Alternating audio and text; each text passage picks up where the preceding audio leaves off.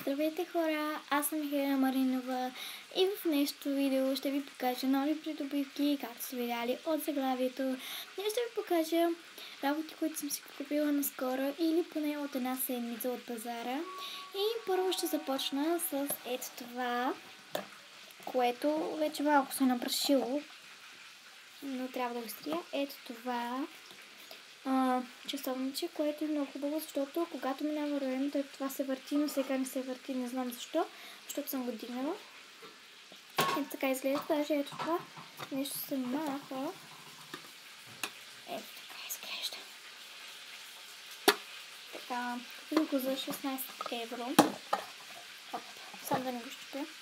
Така, следващото, което съм купила за 6 евро, това е 16, а това е 6, ето този часовник, който си купих наскоро, както са видяли от миналото ми видео, което беше карам ролери. Тогава си го купих, един ден преди това. Ето, има блестящи работи и е розов. Така, много е хубав.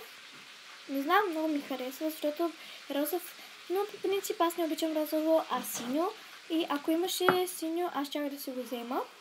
Така, след което е това кремче на бебе. Ето това. След което ето това парфюмче на това. Много хубаво беше. И беше много хубаво. Съжалявам за звука, но че ми се виде. Съжалявам много. След което е ето тази блузка. Ето тази. Съжалявам, ако съм си скрила лицето. Така. И това бяха новите придобивки, хора. Ако ви харесва, дайте лайк нагоре и се абонирайте за моят канал. И до скоро!